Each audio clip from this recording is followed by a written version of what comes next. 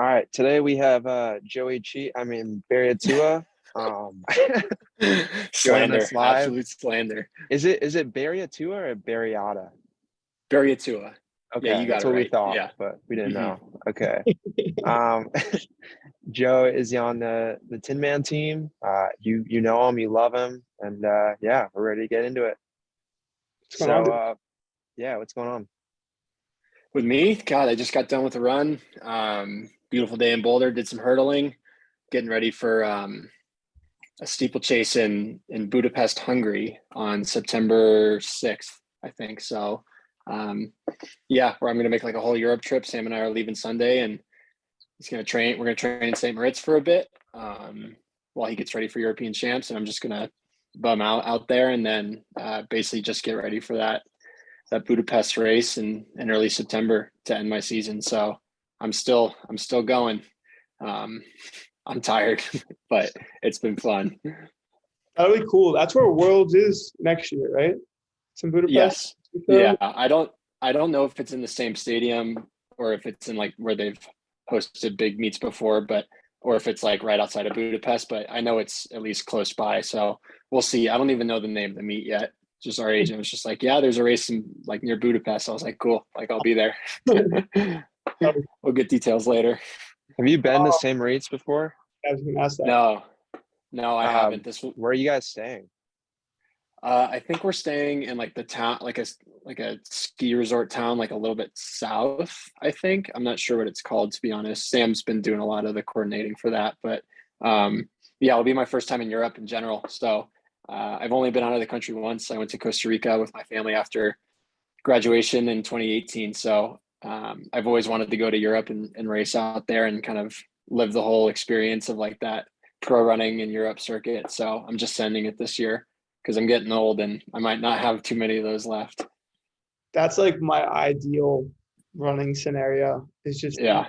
live the professional runner lifestyle in Europe compared to the professional runner lifestyle in the US. Oh, it sounds, I mean, who knows? Like maybe the Europeans think like the opposite, where like they think that because a lot of Europeans come here to train in like Flagstaff and stuff. So maybe they think the other way, but it just seems so much more relaxed out there. Right? And just like Exactly. it seems a little more off the cuff. Like you don't know if you're going to get into the meet until like 2 days before, but you just send it anyways. Like you just go out there. And I think like the diversity of racing in terms of like there's there's like as like Josh Kerr would say, like the Americans race a very specific way, and there's like a very it's kind of predictable when you go into a race in the US. But I like to think that like if you're in Europe and you're racing against like a guy from Finland and then a guy from maybe Ethiopia and a guy from Italy, like there's going to be different racing styles. Like I've heard that I think everybody knows that the East Africans in championship races like basically fart like the race where like one lap's at 67, one lap's at 62 and a 5K, and it's like there's no telling when that's going to be. I'm sure that some of like the like Norwegians and Finnish or like Danish guys are like a little bit more physical on the track. Like they're not afraid to shove people around, like, so I'm really looking forward to kind of figuring out what that's like and kind of getting a better idea of what it's like to race people from across the world rather than just like, people from the US or people that have been, grew up in the US, training in the US, racing in the US. Yeah. It's funny. My dad and I were watching Worlds together and we were talking about like a few specific races in which it looked like US guys just didn't race well. Mm-hmm. And like specifically the men's 8. And I was like, my argument was that we're so used to these like you said, these specific racing styles. Like the US 800 traditionally run the same way. Like NCAAs is usually won the same time. US usually won the same time. It's usually won in the same way. It's truthfully not that exciting anymore. But we're talking about like why that might be true. And I was like, well, everyone else the racing has been racing in Europe and been racing in other places the entire summer leading up to it, rather than being like the US core just raced in the US. And I understand like Brandon Miller, different situation. But for sure, so much more. And they just keep racing, other world talents rather than like just purely racing Americans all the time. Yeah, I feel like I guess like the prime example I think of that with middle distance running is like what I've seen just firsthand is like Corey McGee, for example. Like she's someone that has obviously like she's proven herself. She's made 2 world championships in a row, or like made the Olympics and then made the world championships this year. And I think granted, maybe I just wasn't paying attention before, but I feel like she's been doing a lot more racing in Europe, during the season, which is obviously super difficult. Like if you're a 5K guy, it might, or 10K guy, it might be way more difficult to do versus an 800 or a 1500. But when you learn those tactics of, what it's like to race people from all over, like I'm not saying just because one person from Ethiopia races a certain way means everybody's going to race a certain way, but it opens your eyes to like the possibilities of what could happen in a race. And she's been crushing it, like she plays super well. Like I know she said she was a little disappointed with the result, but like, damn, if you get like top 10 in the world in any event, like that's pretty good, like she's ranked top 15 in the world. Like she's clearly proven herself. And I think just like that more worldly experience of racing against people, not just from the US, has really helped her cause, just because she's able to get through those rounds now. She kind of knows, maybe she doesn't know what to expect per se, but she knows all scenarios that could happen. Because I'm sure I'm going to go into racing in Europe and something's going to be thrown out at me that like, maybe like something in a steeple, like just the way that they attack the barriers, or the way that, maybe some of the guys go over water pits is different than what you'd see in the US. So I'm just looking forward to that, and like having that be another little bit like part of like a repertoire of like knowing what to expect when you race, just so there's no surprises when it comes to 400 to go. Yeah. Have you done anything differently in preparing for European races, or just train the same? No, so pretty much after USA's, like Drew, Sam, and I ran that mile in LA, which was a lot of fun. So I was pretty much training like a 15 guy for a couple of weeks, just doing a lot of like speed work for me. And then I went back and ran a steeple at Sound, and it didn't go too well. I ran 8:35, so 6 seconds off my PB. And I think the difference between that and having a good race was that I just wasn't training for the steeple specifically. Like I feel like I've been training basically for the 5K all year. And I think I've found as I go that I'm a very like, it's like a very, like I'm very practical when it comes to my training and how it correlates with my racing. So, I run 1500 training with Drew and Sam for a couple of weeks. And next thing you know, I was a 4 flat miler going into the season. Now I can run 3:57, and it didn't feel like easy per se, but it felt very manageable. So now I'm thinking like, man, I should really like, if I want to crush the steeple, like I have to be a steepler. I have to train for a steeple. It's not training for a 5K anymore. So I think my approach is like more steeple focused rather than just general fitness focused, like I was doing for most of the season. So a lot more hurdling, a lot more mobility work, and just like mentally just getting ready to suffer, just knowing, because every steeple sucks, and sometimes when you do a different race, you kind of forget how much a steeple sucks. So just trying to lock into that mindset before September 6th. How did you become a steepler? Like, how did the steeple become your primary event? I feel like a lot of different steeplers have a different way in which that happened. Yeah, I mean, it's always been an interesting event. I started my junior year of college. I was redshirting, and I'd been bringing it up to my college coach for a couple of years, like, hey, what do you think about the steeple? And he's like, not a fucking chance you're running the steeple. Like I was, I had a really successful freshman season at the 1500.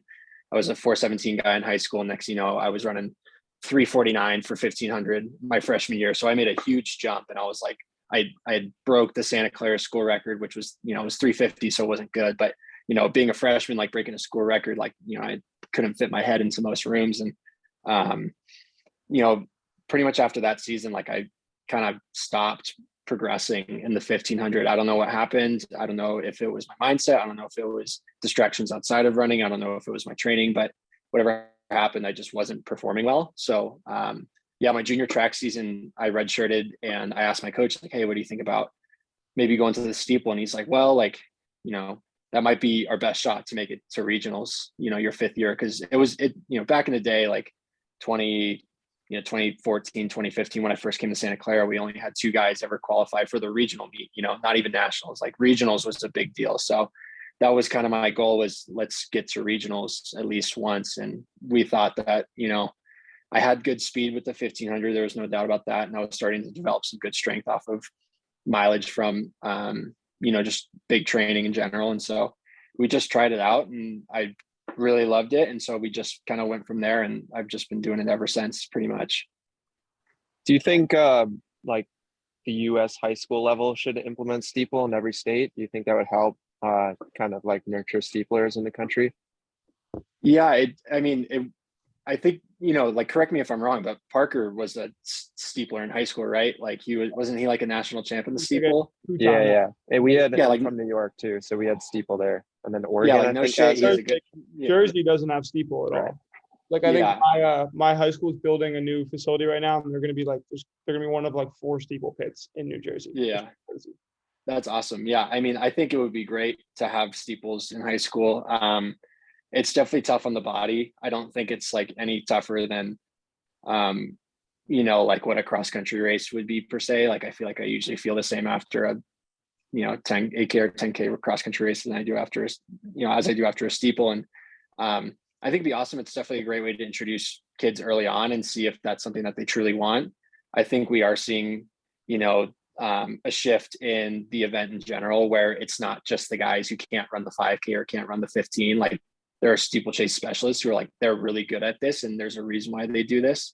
I feel like Evan Jager was maybe one of those first guys for the US was, like he's a 3:33, 15, 13:0 5K guy, and he's like, nope, that's just like better chops for me going into a steeple. Like I'm a steeple specialist, and I think we're seeing like a greater shift in that, where like guys could do other events if they want, but like they know that they're the best at the steeple and that we can be, competitive on the world stage in that respect. So I think the earlier that we can, I think it's worth like having a 15 or 16-year-old try the steeple just to see if that's something that they enjoy, to see if that's something that they can attack mentally, because it is a really tough event. But like a lot of people come into it late as well and develop late. One of the big things that I learned last year, it was from Heron Legat, who's a former steeplechaser. He ran like 8:10 to 8:15 or something like that back in the day, and he's the coach for a lot of the guys that used to train. It's called Peak Distance Elite, I think. It's just like the guys that used to train with WCAP. He said like you just get better as you get older. It's such a technical event, and it's such like a strength-based event that like the more you train, the more miles you put in, like the better you're going to get. So you'll see guys running really well. Like for example, like Hillary Bohr is like getting into his 30s now, and he's doing pretty well. Like he's an 808 guy in his late 30s, and he's still holding on, running like very fast times. And, I just hold on to that idea as well, that like you can keep progressing. It's not like a 15 guy when you're done at like 28, 29. Like you can keep getting better because there's so much to learn from the event. So I think the earlier that kids can start, the better when it comes to running in high school. As we see with Parker, like he's an animal at the steeple now. And I think having a couple years of doing it in high school, just like it, first off, like it definitely like, as you keep getting older and you keep running, I feel like you start developing bad habits that could lead to injuries. And steeple is really tough to like correct those bad habits when you get into it late, So if you're doing something early and you're doing it correctly early, like you're going to be pretty efficient. Parker's not like a 400 or like a 110 hurler by any means when it comes to jumping over the barriers, but he's super efficient when he does it. And I think that's a huge advantage that he has over, some other guys that, may be as good at him on like the flat, but just like lack a little bit of experience. And I think that's something that he probably gained from high school, For sure. I mean, Yeah. the exposure to it, I think there's no doubt about it, leads to a better progression or an easier progression at doing it. Just like the same thing as like if you learn good racing tactics at a young age, you're going to sharpen them as you get older. For sure. Yeah. If you start learning, you have bad racing tactics when you're older, it's very difficult to change. Yeah. Have you guys ever raced steeple? I Nope. ran one steeple out of desperation because I had COVID and then been hurt. We're like, okay, like steeple's probably like the most shallow event to make regionals in. Let's see what I could run. And we don't own a water pit at school. So I'd never been over a water pit before. We just kind of done some jumps in the grass, basically. Yeah. Had like no idea, no conception of how deep a steeple pit is. And first water jump, like, the feeling where you go down the stairs and you think you're going to hit another stair. Yeah. One. Right. That rolled my ankle. I think I pulled out like 2K in, a little short of 2K in. Oh God. Ever since then, I've been running the 8. So I think that kind of Yeah, writing was on the wall there that maybe steeple wasn't for me.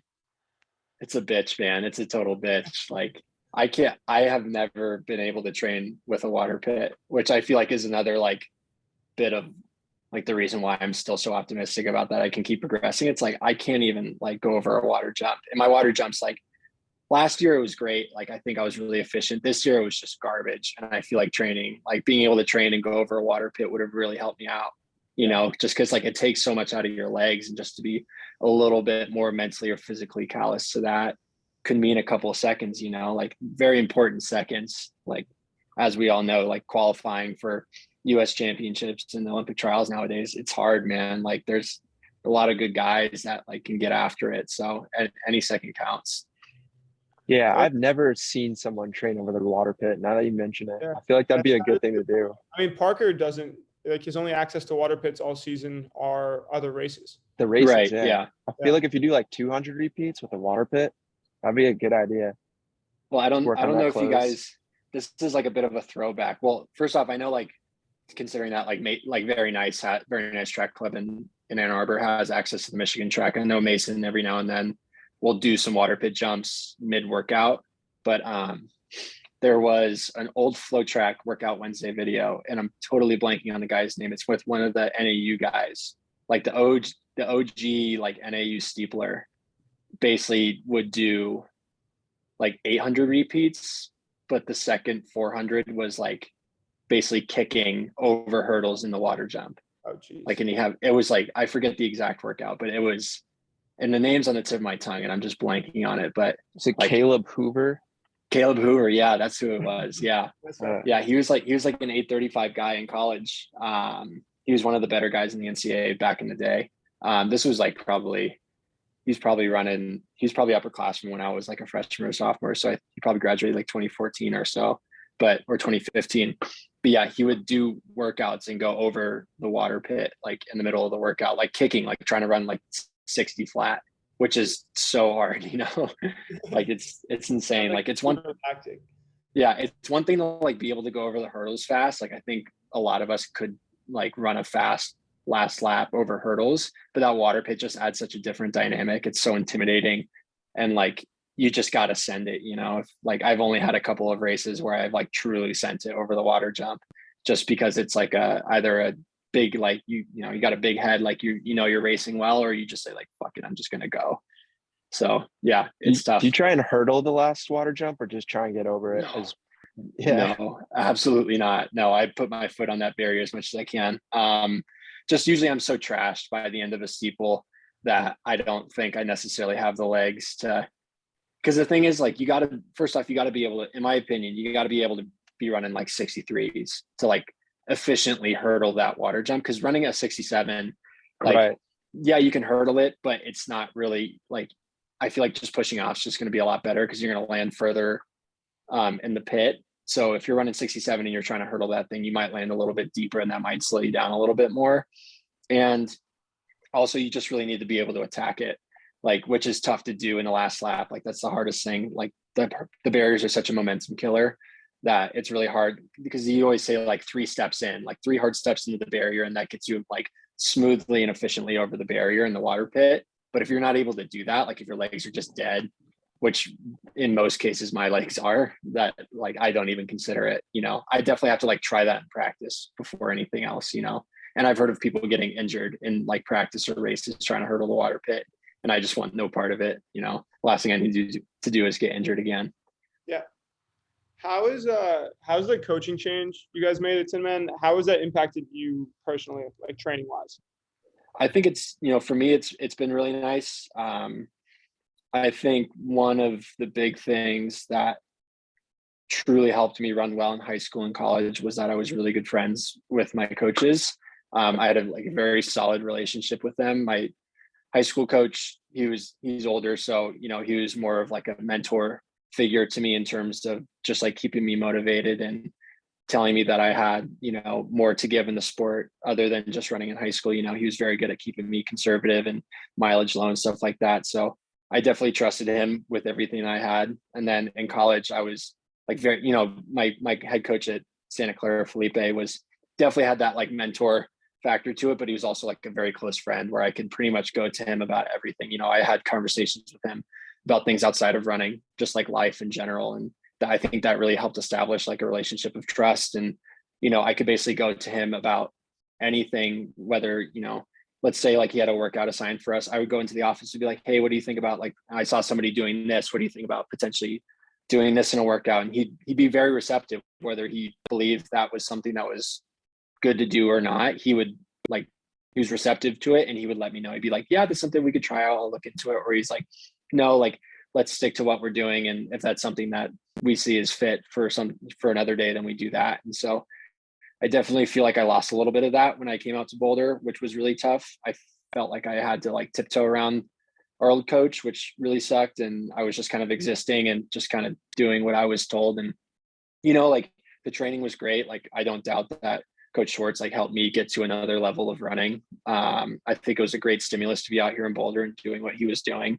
But I think from a confidence level and just from like just being within myself level, I didn't really get like my full potential in terms of, you know, like I truly believed in myself. I truly had like a clear head about everything, you know, and granted, like a lot of that's like on me as well. You know, like I was definitely struggling early on being out here, not being very good or not being as good as the other guys. And, you know, once Coach Hunter came on, both Joan and Mark, they definitely they fostered an environment where I could come to them for whatever, you know, I can talk to them about life. I can talk to them about training. They've definitely like facilitated an environment where I feel like I'm truly comfortable and that I could, you know, like put in my 2 cents, you know. So for example, with the steepling this season, you know, I feel like my hurdling is pretty efficient for the most part. Like, and I put a lot of work outside of the workouts and practice to make sure it's good.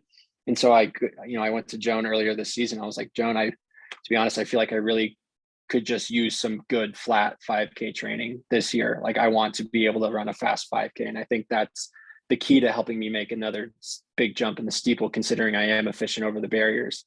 And she said, like, that's a good point. Like, we're definitely still going to do some workouts over hurdles just for the mental / like physical aspect of getting used to a steeple. But at the same time, like, I agree, like, I think like getting some just general like 5K fitness will be very beneficial as well. Like, that's something I couldn't go to Coach Schwartz about back in the day. Like, you'd be like, you got to trust my training, or you'd be like, do you not trust me, or stuff like that. And it you know, so now it's definitely a place where if something's on my mind, I could at least like get it out, you know, and whether or not it's viable, like Coach Hunter's receptive to it and willing to work with me through that. So for me, that's been the biggest difference. Like, I'm going in the races with a clear head, knowing that I've done everything that I feel like I've needed to do to race well. And I've been, you know, in terms of like my own like self work, like I've been able to limit a lot of distractions and outside factors that shouldn't affect you going into a race. And that's definitely something I've had to work on myself. That's not something that really like a coach can help you out like 100% with. That's something you got to work out on your own. So yeah, it's been a very nice transition for me. It's definitely helped me make more jumps from a fitness perspective. I feel like every other event minus the steeple this year, I've made pretty big jumps, which is very exciting. And it just keeps me even more motivated to keep going, you know?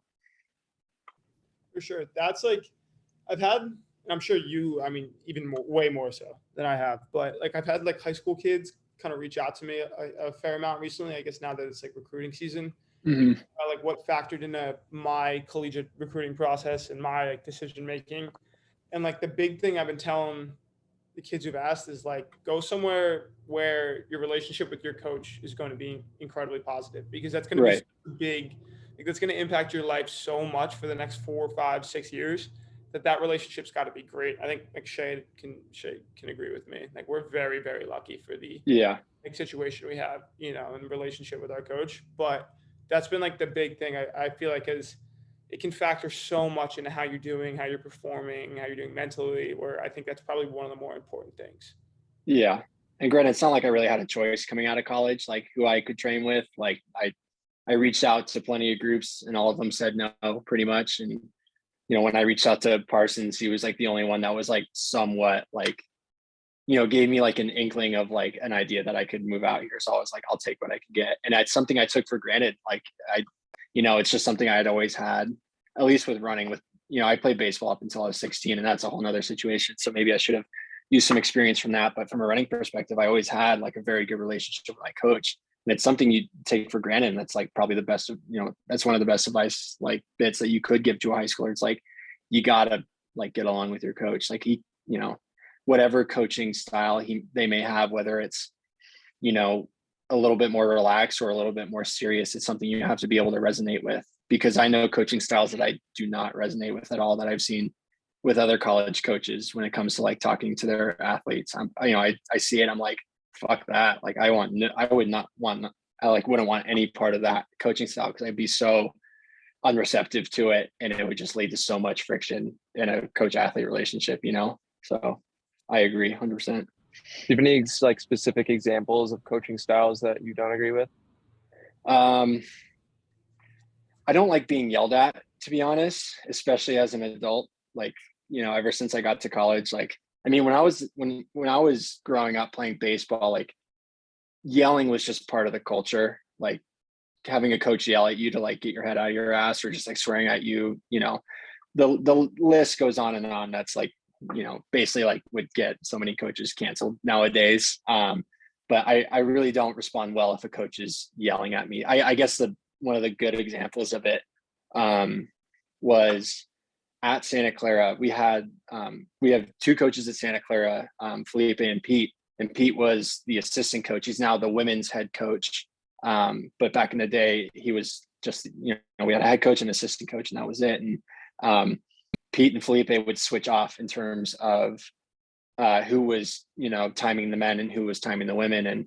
And, Felipe was definitely a lot more relaxed, a lot more chill, especially if like the workout wasn't going right, or if like you weren't exactly hitting the splits. Pete was definitely more of a hard ass, where like if you weren't hitting the splits, he was going to let you know about it, which, worked, because for the most part I could hit the splits and workouts. But there was this one workout, I'm not sure if this is what it's called or just what we called it, but it's a workout called Ethiopian miles, where basically you start off like, at like tempo pace for a 400, and then you drop down 5 seconds every lap after that. So you're basically like, for us, we were running like 440 to 450 miles, but we'd start off running like an 80-second first lap, and then we do a 75, and then a 70, and then a 65. So it was like just like a progressive like fart, like almost, where you're just getting faster and faster. And if you're not feeling good, it's really tough to do. And one day I was just like running way too fast on the first lap. I just couldn't figure it out. And by the third mile, I think I was probably supposed to come through like 80, and I came through like 78 and or 77. And Pete just like straight up yelled at me. He's like, well, you better be able to like drop 5 seconds down every lap. Like, he just like was purposely being an asshole because I wasn't doing the workout right. And I just looked back at him like, and it pissed me off so much. I was like, fine, I'll do it. And I legit just like dropped 5 seconds every lap, and I closed at like a 57, ran like a 420 or something like that. And he's like, all right, you proved your point, but don't ever do that again. Like because he knew it pissed me off, So like I don't respond well if you're being an asshole. Like I'd much rather you like, don't call me out in front of the team. Like, it's not like an ego thing. It's just like, I'd respond so much better if somebody were just like pull me aside and like just tell it to me straight, but just like do it in a way that like is just respectful, in my opinion. Because like to call somebody out in front of everybody else is just, in my opinion, it's just being disrespectful. Like there's just such a better way to handle it for me. And I'd rather you shoot it to me straight. Like I don't mind hearing the hard things to hear, but I'd rather you just do it in a way that's like just I just resonate way better with it. So yeah, and that was only 3 seconds too. I feel like that's not that big of a deal. Yeah. It was just like, it was the fact that I was screwing up the entire workout. Like I couldn't hit a single split, right? Like the 2 miles before that, I was running either too fast or too slow. And it's a hard workout, So like ideally you could hit the splits correctly to execute the workout correctly, or else you're not going to be able to finish it. And we weren't very good. So like we kind of needed to do, we weren't like super talented. Like our team wasn't talented enough to like screw up the pacing or run too fast, because like half the time, like some of our guys couldn't finish the workout. They ran too hard early on. So like, he was just like, he's not going to be able to finish the workout. And then, I did the whole, we did like 5, or I did 5, and that was number 3 or 4. But yeah, it was just one of those days where I just wasn't putting up with it. And he just yelled at me and like was just being an asshole. And I was like, nope, not today. I'm going to like purposely like go against what you say here. So Okay, do we want to get in some listener questions? Shay, Joe, you got us a lot. Just really, this sick. might be the most out of anyone's gotten us, I think. That's awesome. Yeah, that sounds great. So, okay, the first one, hold on, let me find it again because I like this one. All right, John Mario Sahara. He asked what kind of music and podcast you listen to. I'm like pretty basic when it comes to music. I really like Kanye, like no surprise. Kanye's definitely one of my favorite Kanye song. No More Parties in LA. Like I was listening to that probably a half hour ago. Yeah. I love that song, man. Like there's just so much going on and it's so dynamic. It's just like I love listening to it. That like I really didn't listen to like I wasn't really into music or like listening to specific artists growing up. Like I listened just like a lot of top 40 or just whatever was on the radio. But my senior year of college is when Life of Pablo came out. And that's really when I like started deep diving into like individual artists and listening to their albums all the way through. And I went to the Life of Pablo concert in San Jose. Like it was an experience, man. It just like opened my eyes up to the idea of like music. And so and like, obviously I don't have like this broad horizon of music, but it just like made me like be super interested in learning about artists and stuff. So I like Kanye. I really like Anderson .Paak. He's a good one. I went to a Red Rocks concert. I grew up listening to a lot of like classic rock. So like AC/DC, Van Halen, Led Zeppelin. So yeah, podcast. I don't really listen to too many podcasts. Hills and Twos, of course. I used to be like a huge Sidious Mag podcast fan, like in college. Like I exclusively listened to every single episode that they had, which is fun. But yeah, I don't listen to a ton of podcasts nowadays. So you were on the Coffee Club. You're not a Coffee Club. I do listen to so the thing is, it's like I like to listen to stuff when I'm like doing things. So like if I'm cleaning my room, I'll listen to something, or if I'm cooking on my own. Now that I have a girlfriend, I can't cook by myself, so I'm cooking with her all the time. But I would usually listen to podcasts through that. So yeah, I would listen to Coffee Club. I haven't as much lately. I apologize to Morgan, Ollie, and Jordy. Those are my boys. But yeah, I just haven't been listening to much lately. Who's a better podcast? Is it Hills and Twos or is it Coffee Club? Be careful here. Be careful. This is a sad God. You guys are both good, man. Like you're and that's the easy cop out answer. I feel like Coffee Club's had a little bit more time, they're also a hell of a lot faster than Shay and I are. Yeah, that's true. I am an advocate for being fast. Doesn't give you an excuse to be better or have better opinions of things outside of running specifically. They have a good brand going, and Gus, their dog, is so funny. Like I love seeing that guy. The Gus Brenner account on Twitter. Oh, it's so funny. The amount of burner accounts that are showing up on like Instagram and Twitter, it's just I'm dying over it, man. Like no context, XC track. What's just your favorite burner account on through the running socials nowadays? Would no context count as a burner? Yeah, absolutely. Yeah, 100%. Definitely. And it's that. And it's because the comments on it are so funny. Like I look forward to seeing those posts just so I can look through the comments. Those kids crack me up, man. and the other account, like I think it's so funny. Like the other like burner accounts that like are basically like Cooper and Cole like mock accounts. They're not really like shitting on them or anything. Like just like the amount of burners that have budded from Track Jeans. Track Jeans is funny. I know Track Jeans. Yeah. He's funny. I love Twitter too. Yeah. Track Jeans is good. Dumb Flow Track is OG. Like that guy, whoever that guy is, I'm pretty sure who is he's a Bay that? Area kid. I think he's a Bay Area kid from what I've heard. I won't get any more specific than that, but it's Sean Laidlaw. Imagine, bro. I went straight over my head. Our teammates. Yeah, no context is so funny though. Do you guys have a teammate from the Bay Area on your team? We do. Yeah, it's that kid Sean we were just talking about. If he's done Flow Track. What's his last name? Laidlaw. Where'd he go to high school? No idea. He transferred to Georgetown from Hopkins. I can call him right now. Find out. We can also just look it up. Mute yourself and call him right now. He's been dying to get. yourself and call him. He's been begging to get on this. In the All right. meantime, I'm going to ask Joey another listener question. All right, cool. Tim Cham said, Joey, comma, how, in all caps, did you get so gorgeous with 2 question marks? It's just that Basque Iberian blood, Uh-huh. you know, just Spanish blood. Spaniards are good looking people. So yeah, I don't know. My dad's an ugly mug, so it must have been from my mom or something. I don't think his identity is public, so I won't say who it is. But Track Jeans wants to know who your favorite Twitter account is, but he asked from his main account. So. Yes, I know who Track Jeans is, so we won't say it now, but Track Jeans is a great one. I do love Track Jeans. There's God, what is it? There's a really funny account that I've been seeing a lot lately. No Context Human Race has been popping up on my Twitter a lot. Yeah. Anything that's no context, like, just makes me laugh, you know. No, but if we're gonna go, TV show lines are good accounts too to follow. Yeah, they're all good, man. I've been looking at Twitter way more than, like, thank God, way more than Instagram or TikTok lately, just because, like, it's so much funnier to me. Like, just what people are putting on there, like, just my world has just been expanded from Twitter. Yeah.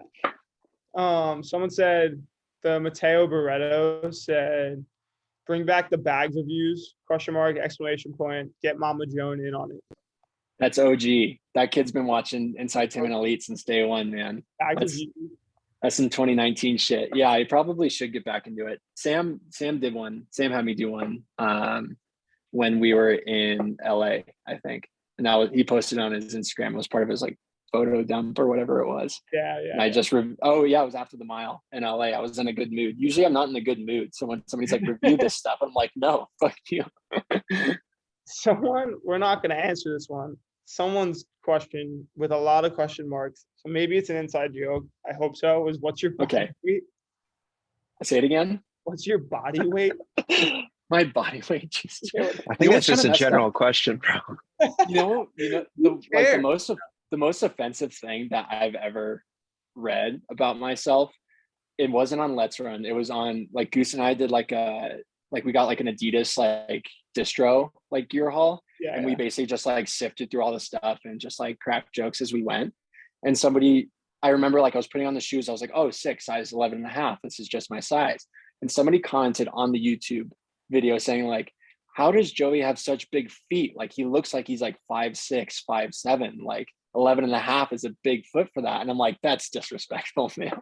I got lit up by a girl on our team who's like an incredibly sweet girl. I won't say her name. Very nice girl. But our whole team's waiting for the elevator to go to, like, I think regionals or like our Big East finals or something like that. Mm-hmm. He was like, Tim, how tall are you? And I'm like, I'm 6'3". She's like, no, you're not. And usually people guess taller because I'm in shoes. I'll be in like Alpha Flies. That's like right, yeah. She's like, no, you're not. I'm like, how tall do you think I am? She's, I would say like 5'11". And I was like, that's a pretty big difference. And I'm standing next to like this kid Reich on her team. Reich is like 6'5". Yeah. Like Parker, who's like 6'6". Right. I'm like, I look smaller, but I am not 4 inches shorter. And she was shocked. She didn't believe it. So that's good news for everyone that's 5'11" and under. Yeah, so. You look. I am 5'11", so yeah, you're looking good. You know what's important that I've learned from the steeple? It's not how tall you are; it's what your inseam is. Jager's got like a 34 to 36 inch inseam. Like, he's what, 6'1", and he's just got legs. You know, like, no wonder he can go over those. Parker's got that fucking 50-inch inseam. Same with Furlick. No, Parker's torso is half his body. Same with Furlick. Like, they just got long limbs, man. Like, they just step over those things, you know. Yeah, I feel like more like a soccer player compared to them. You know, I got big thighs, so I probably belong on the pitch. I'm in the wrong sport. Okay, do we want to move into, this is becoming my favorite one, questions from our moms. Shay, your mom got a question for Joey. Oh, this is funny. Yeah, she does. My mom was wondering, why did you choose Santa Clara? And what was, like, the team culture like when you arrived there? Oh God, when I arrived there, it was like a borderline drinking club. But I chose Santa Clara because it was close to home. I grew up in San Mateo, which is about 30 minutes north. It's a little bit closer to Palo Alto, right near Stanford. So I didn't get into Stanford, so I had to choose a second option.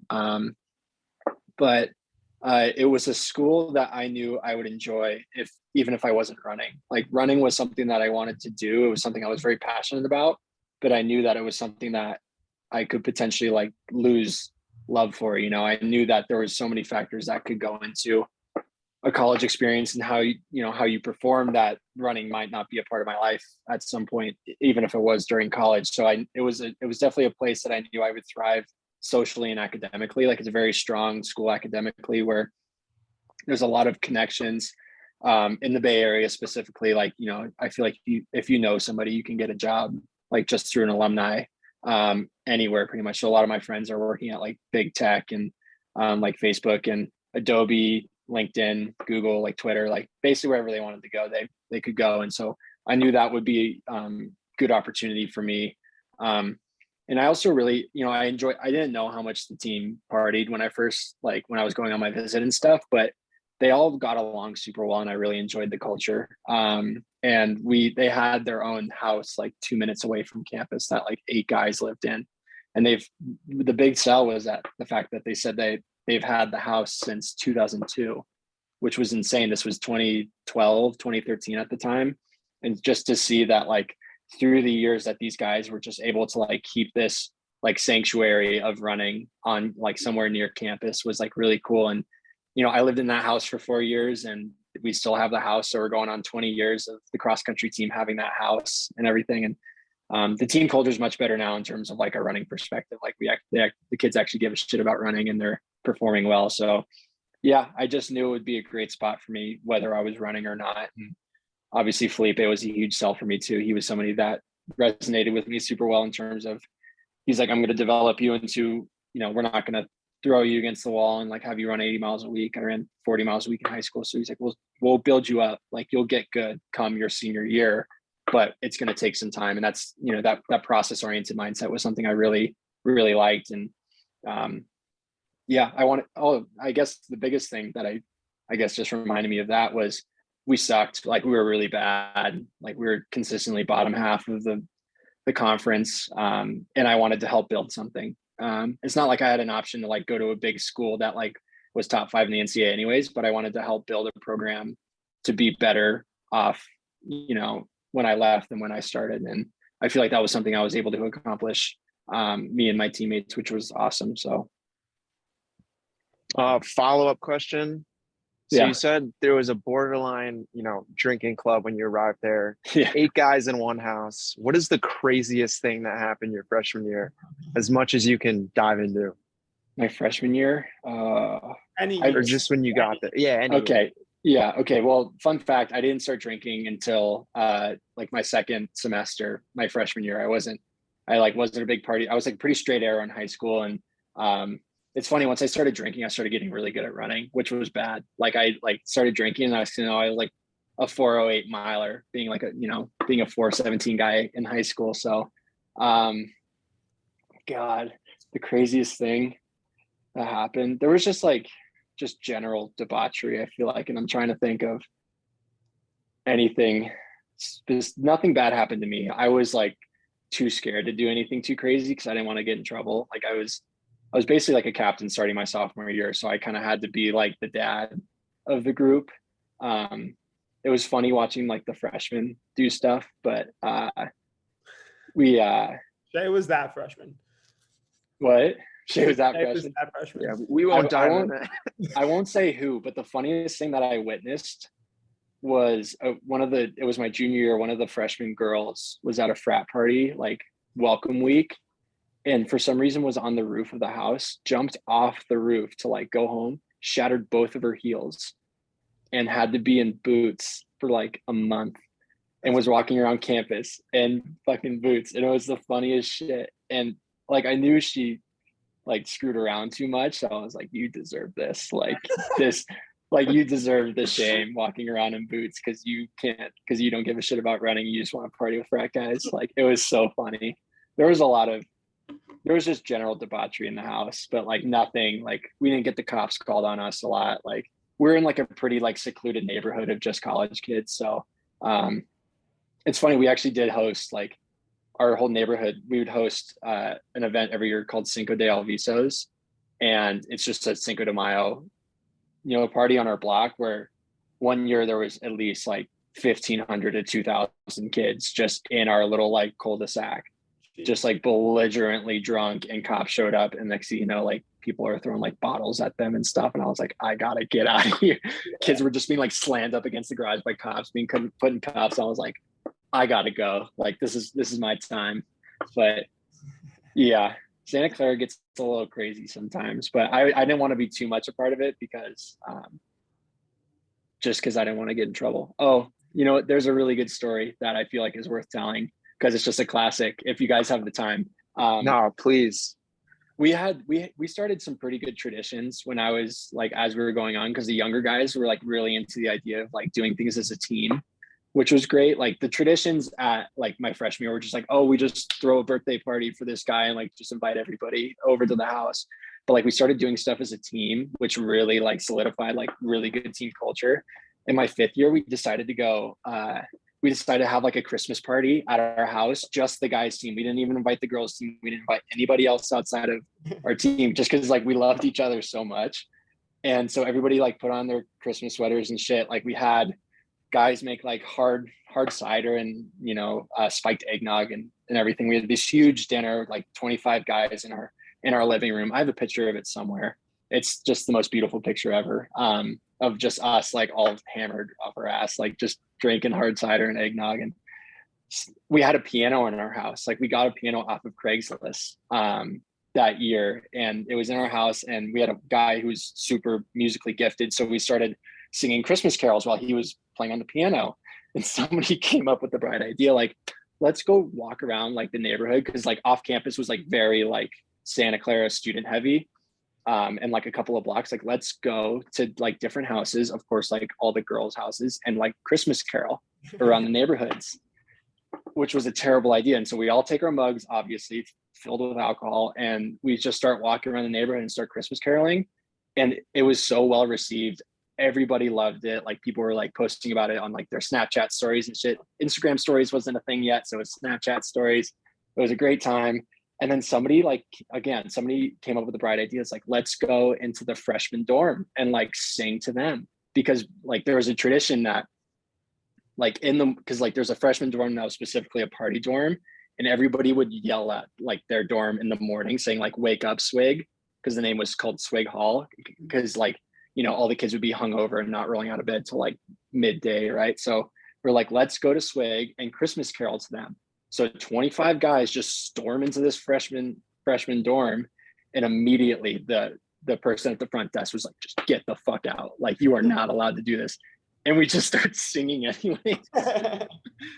And then the like actual, like she calls like the RA or like the head RA. And so he comes down and he's yelling at us and everything, like, get out. And we're like, fine. So we get out.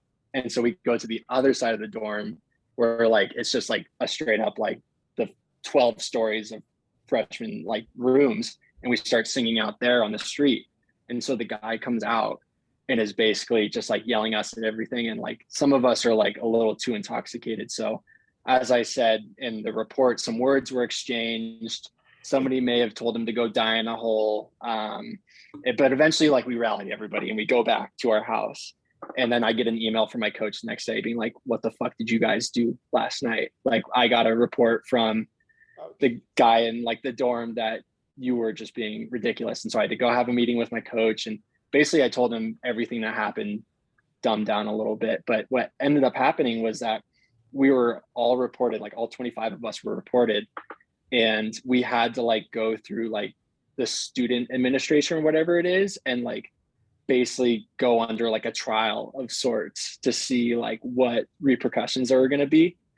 And like we made it this whole thing where like we all planned out our stories. Like a couple of us got summoned in to like be like interrogated by like the student administration, and like we got the first guy to like essentially get a copy of the report of what the like RA had like said about like what we were doing, and we basically like cleaned up our story and everything. It was this huge group effort to essentially like get us out of this, and everybody had the same clean story, and we got out of it, no repercussions whatsoever. Like some of us had to like write an apology letter to the kid because we swore at him, and somebody said go die in a hole, but neither here nor there. But yeah, it was just like the most beautiful, like well organized effort that we had ever done, you know, and like we're obviously like we were running at our best, and but just like that whole like story was like that brought us even closer as a team, because A, we had so much fun doing the Christmas caroling. B, we had to like get our way out of essentially like being fined or put on probation, or like I don't think we didn't do anything bad to get suspended, but essentially like it was just so much fun, and that was like the biggest team thing that we did, and the guys are so close, like because we just did shit like that, you know. That's fun. That's pretty Yeah, fun. it was a good time.